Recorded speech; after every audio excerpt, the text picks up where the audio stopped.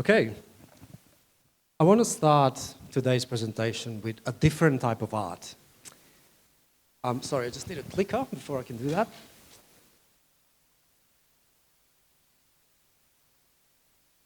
So what you're looking at on screen is not something my 2.5-year-old daughter drew.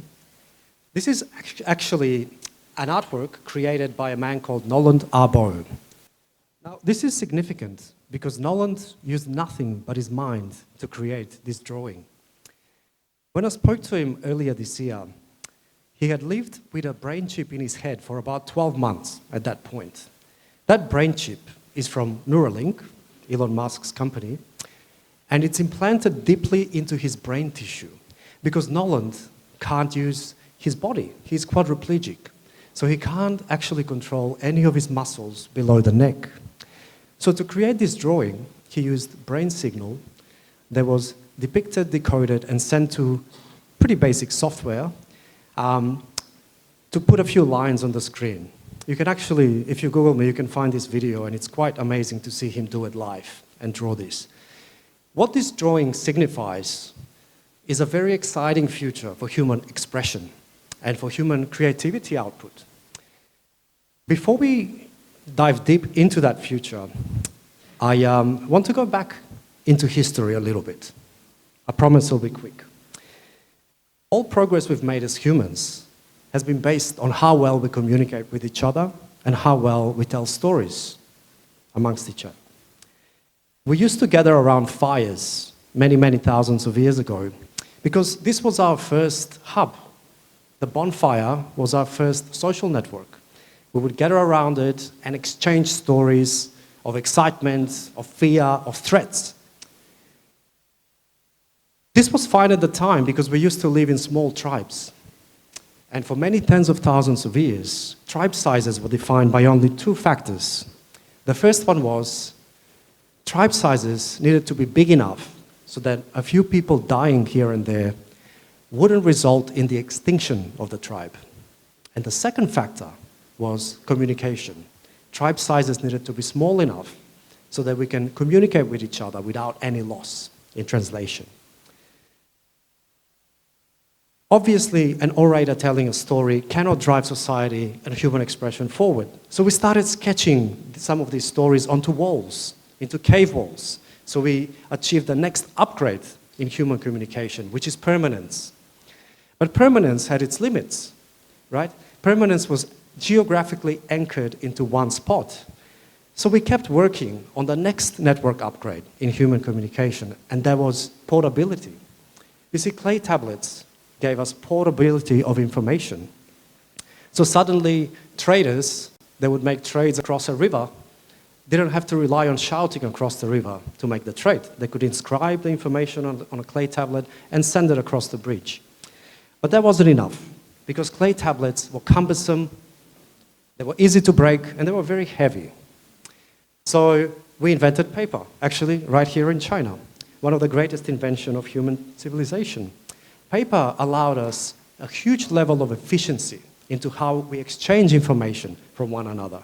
It was also a lot lighter than clay tablets, which meant it was more portable. But the issue with paper was how fast can we inscribe this information? You know, we used to write books by hand. We had professional scribes who are all out of work now, they have been for many centuries, who would take up to a year to write a book and illustrate a book, right? So the printing press created an explosion. It was the most significant information technology upgrade at the time, right?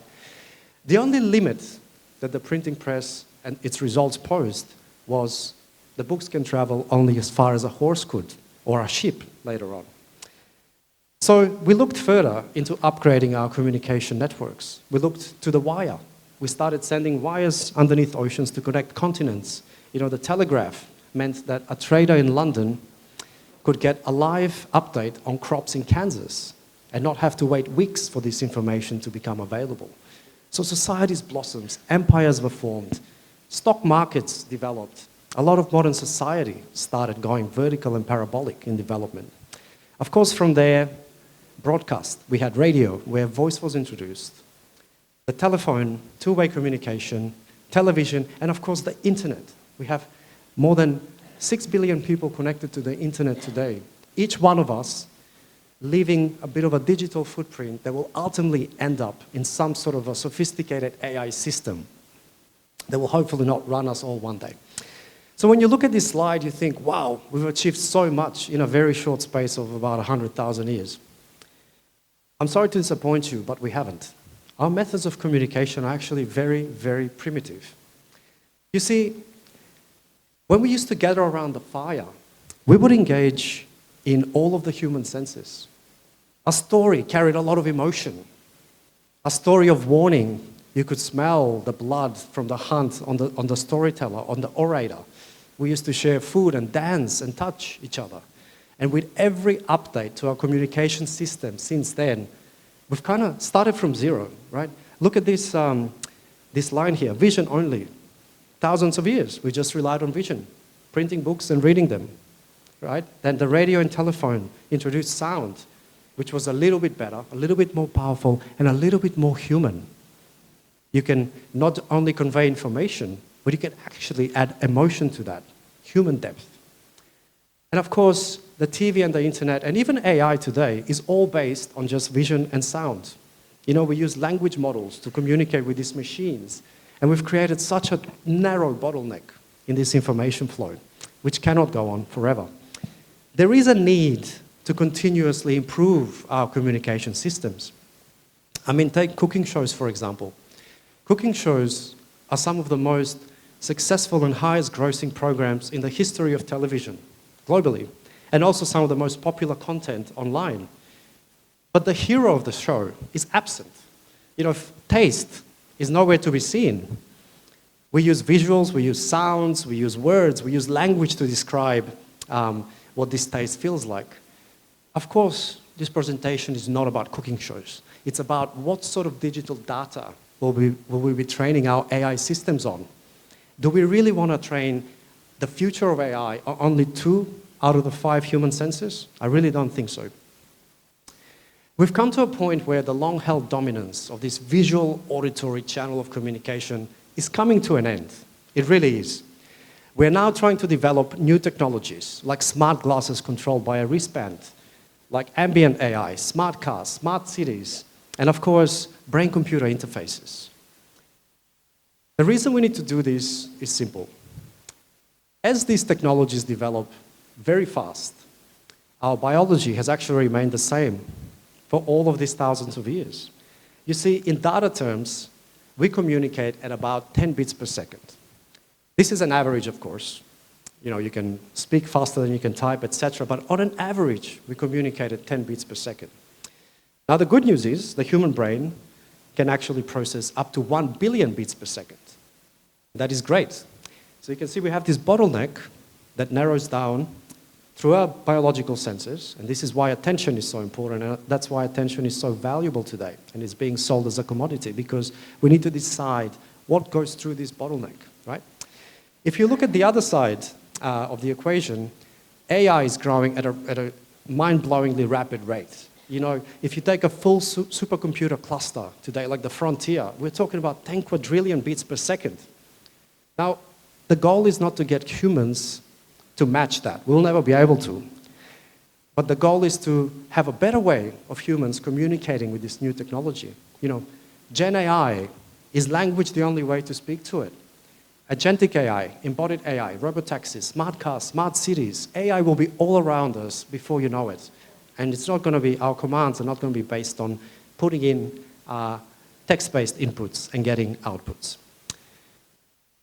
In current brain-computer interface models, we are seeing 10 times, we're seeing information flow from the user's mind to a machine at a speed of 10 times faster than human brain to muscle. So just to illustrate this, if everyone just kind of decides to raise their hand, that information flow from your decision in your brain to the muscle response is now improved by 10x if you were to use a brain-computer interface and control a robot or control a piece of software, for example.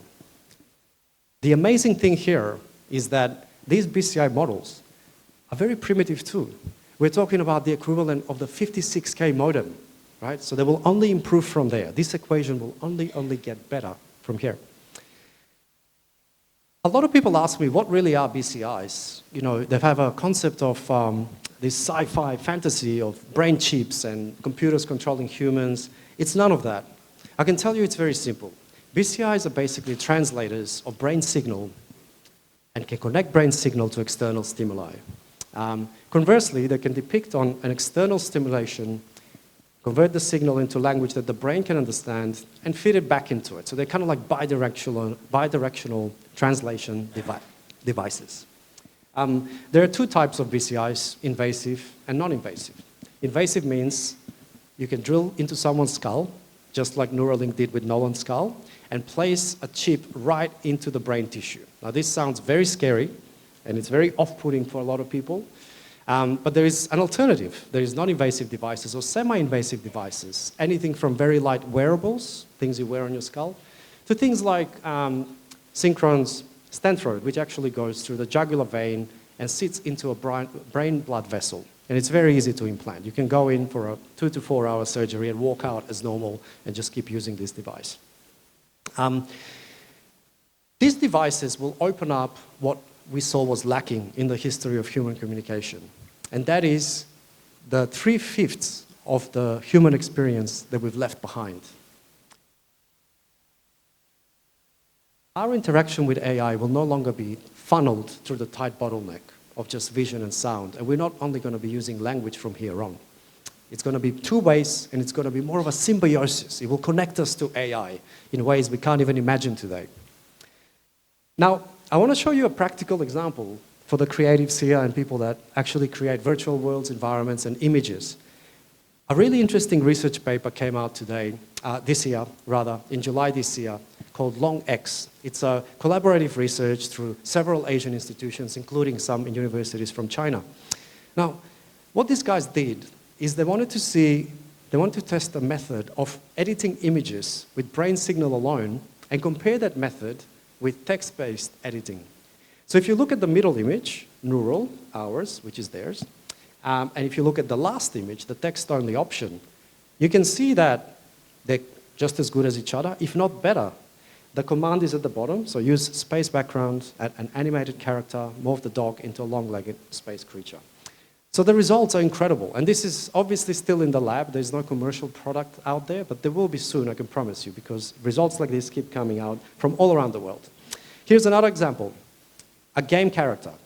If you look at the base image, which is the first one, and then you look at the middle image, which is one created with neural commands, it's much better than the image on the end, which is language-based editing, right? So the frame is actually as intended, and the frame on the last one, it's a little bit wonky. And all of you are familiar with this. In fact, digital creatives now spend 40% of their time trying to prompt engineer. That is, trying to find a way to translate their vision, their thought, their idea into language so that the machine can understand it. Very soon, that will be a part of history.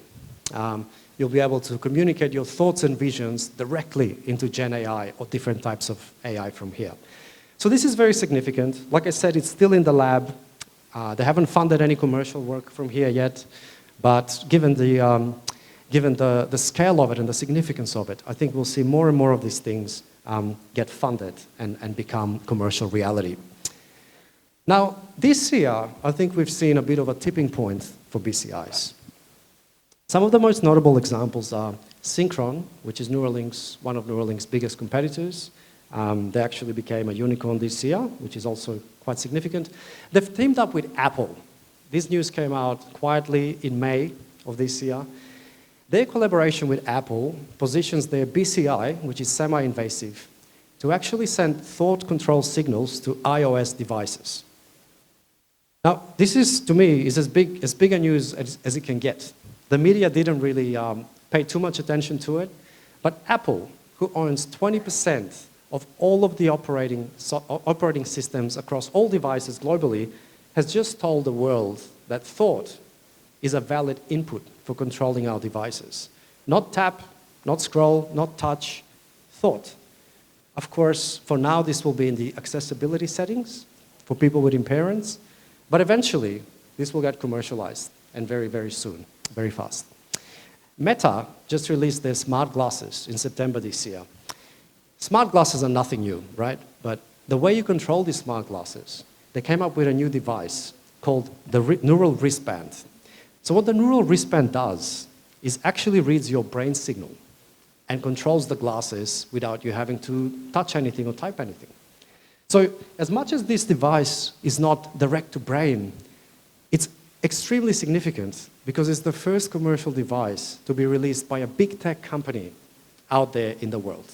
We'll see how it goes with sales, but it's incredibly significant. And lastly, Sam Altman from OpenAI, the founder of OpenAI, has also started a BCI company called Merge Labs.